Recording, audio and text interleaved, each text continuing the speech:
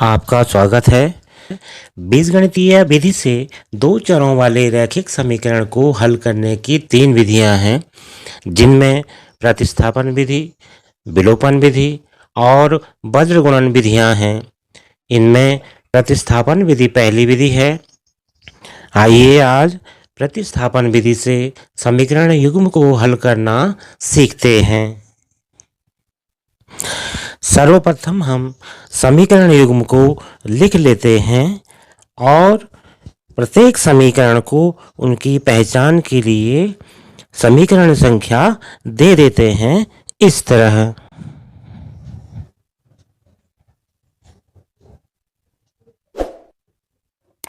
यहाँ पर पहली समीकरण समीकरण संख्या 1 और दूसरी समीकरण संख्या 2 के नाम से जानी जाएगी। अब दोनों समीकरणों में से किसी भी एक समीकरण का चुनाव कर उसको हल करते हैं।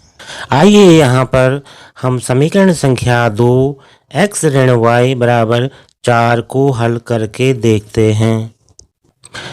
समीकरण संख्या 2 से x ऋण y बराबर 4, यदि हम बाएं पक्ष से y को दाहिने पक्ष में पक्षांतरित कर दें तो यह x बराबर 4 धन y हो जाता है।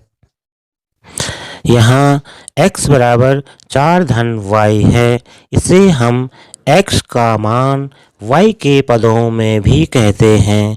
इसे भी पहचान के लिए समीकरण संख्या 3 का नाम दे देते हैं। समीकरण संख्या 2 से प्राप्त x के इस मान को अब हम समीकरण संख्या 1 में रखते हैं।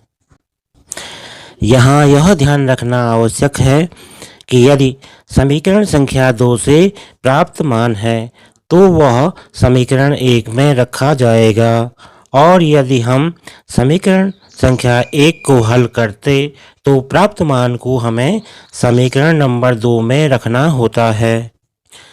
अब हम x के मान को समीकरण 1 में x के स्थान पर प्रतिस्थापित करेंगे।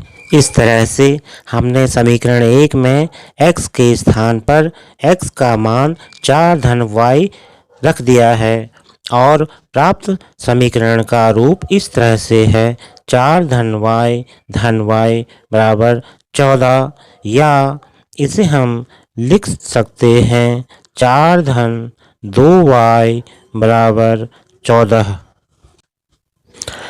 अब हम पक्षांतरण के द्वारा बाएं पक्ष से 4 का पक्षांतरण दाहिने पक्ष में कर देते हैं।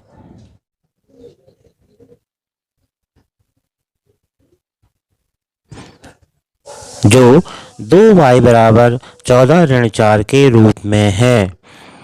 पुनः हम बाएं पक्ष से 2 का पक्षांतरण दाहिने पक्ष में कर देते हैं, जो इस तरह से हो जाता है y बराबर 14 ऋण 4 बटा 2, जिसे हम लिख सकते हैं 10 बटा 2, और y बराबर अब 5 लिखा जा सकता है।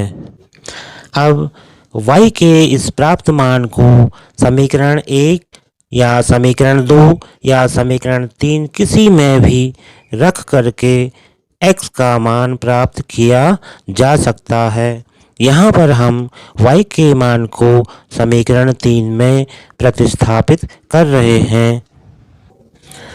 y बराबर 5 समीकरण 3 x बराबर 4 धन y में रखने पर x बराबर 4 धन 5 हो जाएगा, या x बराबर 9।